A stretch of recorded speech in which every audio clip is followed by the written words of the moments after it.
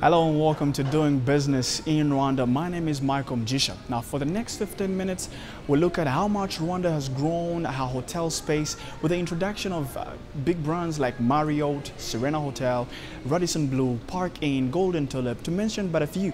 But now at the Africa Hotel Investment Forum, investors are looking at introducing Africa to the international world.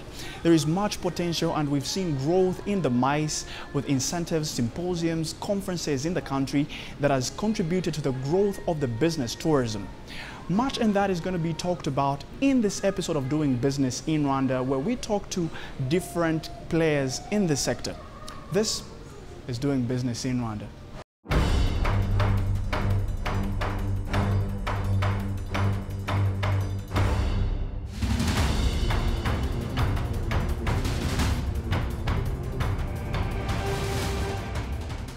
Rwanda has made big strides in developing the hospitality industry for the past decade. Today, the country is giving more support to sector investors besides putting in place the necessary infrastructure. This has been promising for the sectoral development. You know, I think there's always been a great interest in Africa as a continent with regards to business growth, no more so than the last 10 years. And that's clear for everybody to see across the continent when you look at not only the hospitality sector but tourism in general. It's become much easier to get into and out of, and much more a reachable location. Air traffic and airlift into the continent has improved. So many positive stories driving economic growth. Here they've taken some great steps forward. Super infrastructure come into the city. As I mentioned, I've been here. I've been coming here for many years. It's wonderful to see what's been done here. No more so than this fabulous conference centre. A lot of effort's been put into safety and security here, which also great to see. And like I say, I think the future is very, very bright, not only for the continent but also for Rwanda. Since the early 2000s, Rwanda has been pushing for more public-private partnerships, which would help accelerate progress to middle-income status and better the quality of life for all Rwandans, hence achieving her Vision 2020. I realized I wanted to focus my energy on that sector, on job creation, vocational training. And at the time, this was 2006, the president had come up with a Vision 2020.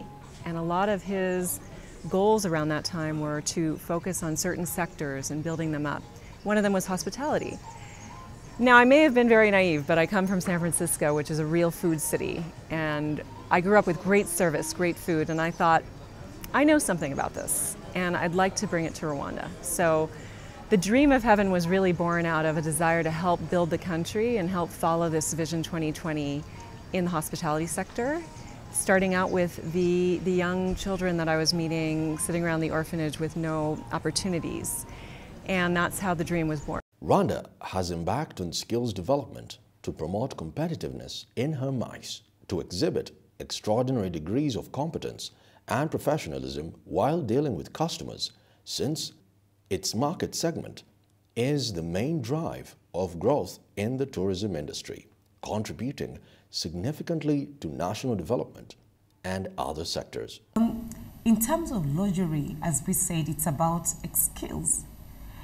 You're going to find that locally we don't have the right equipment for people to train on to offer a service that we want to promote, especially in the hotel businesses, where you're expecting people to make lasagna and they just can't do it because they don't have a machine to do it.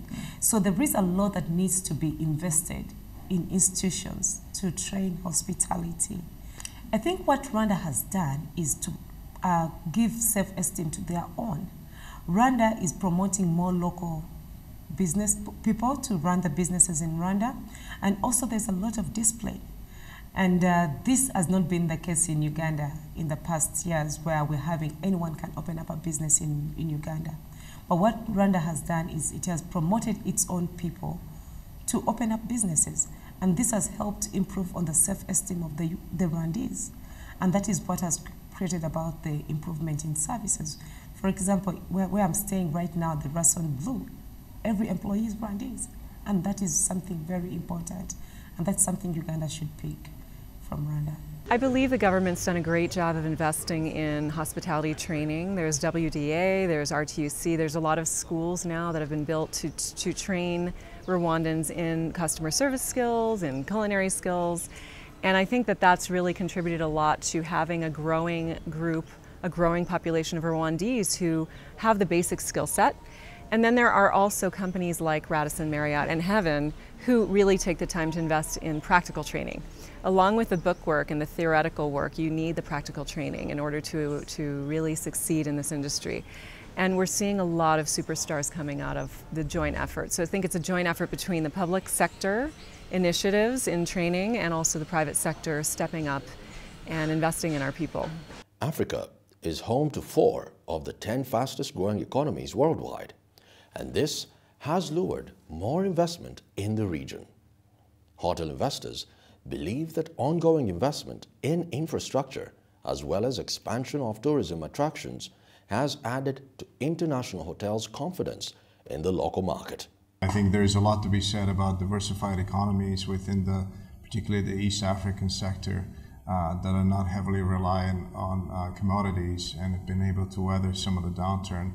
I think there is increased growth in Africa travel, which we're most excited about. I think globally, 8 out of 10 tourists travel within the same continent to a country, to visit.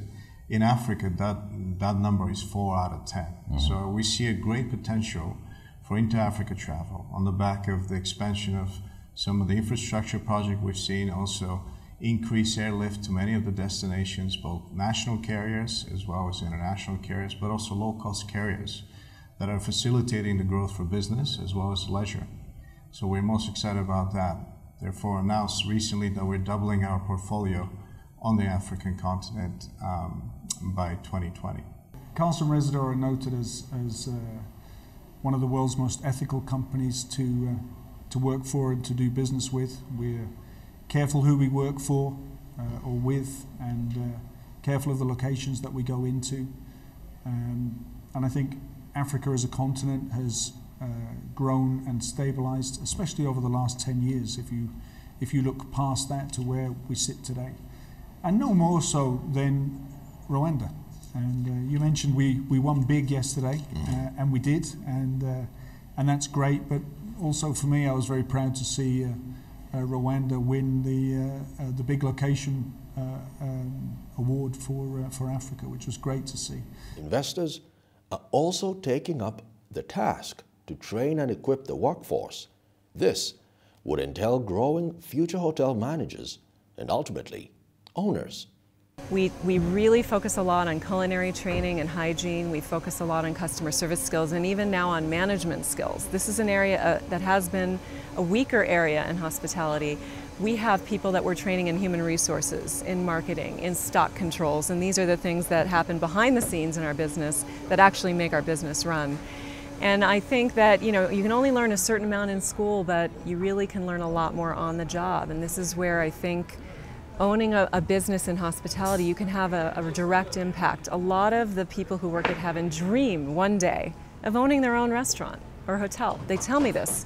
And I say, great, you're a server. What more can you do to learn how to run this business? Can you please take stocks? Can you please count the number of broken glasses from last week? So we give people an opportunity to grow above and beyond their current position. And I think that's a model that can really work in this sector to build the future leaders in hospitality. The hospitality industry in the region has gained recognition from the World Travel Awards. This serves as the best networking opportunity in the travel industry and a platform for Rwanda and East Africa to earn a seat in the world's hospitality industry on the back of their products and services. Really affirms quality services, and also the fact that it's the World Travel Award, it's a very good marketing tool for us as in Kringo Windy Gorilla Lodge. And how the award is selected, it's really credible because it's mostly the agents, the travel agents that are voting, and also the customers that have experienced the award. And in Uganda, we have been the leading lodge on TripAdvisor for the last 10 years. So winning this in the road just affirms that our service is really good. I think what people have to realize is that people now have niche. It's called a niche product. People are looking for specific things. People are looking for either to see birds, people are looking to go whitewater rafting. So people are becoming more specific on what they're looking out for. So to create yourself and put yourself out there in the market, you need to find a niche that people are looking out for. And that is why they're now awarding those niche products. Because this is what now people are looking for. People are looking to just go out and enjoy maybe a spa out of Africa on a beach somewhere, which is not be the case. Before, safaris were get into the vehicle, drive into the parks, and go back. Some of the restaurants in the country have realized growth and as a result are committed to the market and looking forward to greater opportunities. Heaven Restaurant's been around for 9 years, and we started as a restaurant, and then over the last 3 years, I'd say, we've grown into also a boutique hotel. So Heaven has 22 rooms. We provide a really nice service, and a lot of people are very happy with it. But my husband and I also see a need and a niche for luxury, and this is even before we knew that guerrilla permits would be increased and that there really was a drive to have the luxury client in Rwanda. We had made architectural plans and a dream to build the retreat. And the retreat is opening next month. It's our newest property, just next door to the restaurant. And really what we have built is something unique in Kigali, period. In the Gorillas region, in Nyungwe, you have the one and only, you have Bisate, you have all these luxury properties coming out, which is great. But when you land in Kigali, you've got large hotels and very, very small guest houses, but nothing that just suits the boutique, the small, the local experience. We have built something that is eco-friendly. It's 100% solar powered. We have invested in extremely unique finishes such as a saltwater solar heated pool, a jacuzzi, a sauna. So in addition to having a very local experience, very small experience, only 11 rooms at the retreat, we want to take care of the business travelers and the tourists who are looking to have a more intimate experience. If you're interested in culinary, we'll take you on a tour of the markets. We'll have a private cooking class in our kitchen. If you're interested in the coffee sector, we'll take you out to a farm to spend a day with the coffee farmers. So we're really looking at designing unique experiences and taking care of each and every guest that comes through the retreat in a way that may not exist yet in Kigali. We're excited for this challenge. And that's pretty much where we're living on this episode of Doing Business in Rwanda, with the hotel space in the country registering significant growth in the past 5 years.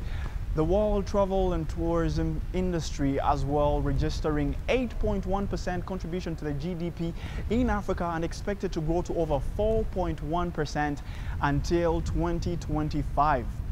That's where we'll leave it. And if you have any feedback to this episode or any other episode of Doing Business in Rwanda, you can send us an email. That's to dbir@abn360.com or tweet us at dbirwanda. My name is Michael Mjisha. Now, from the entire Doing Business in Rwanda team, thank you very much for watching.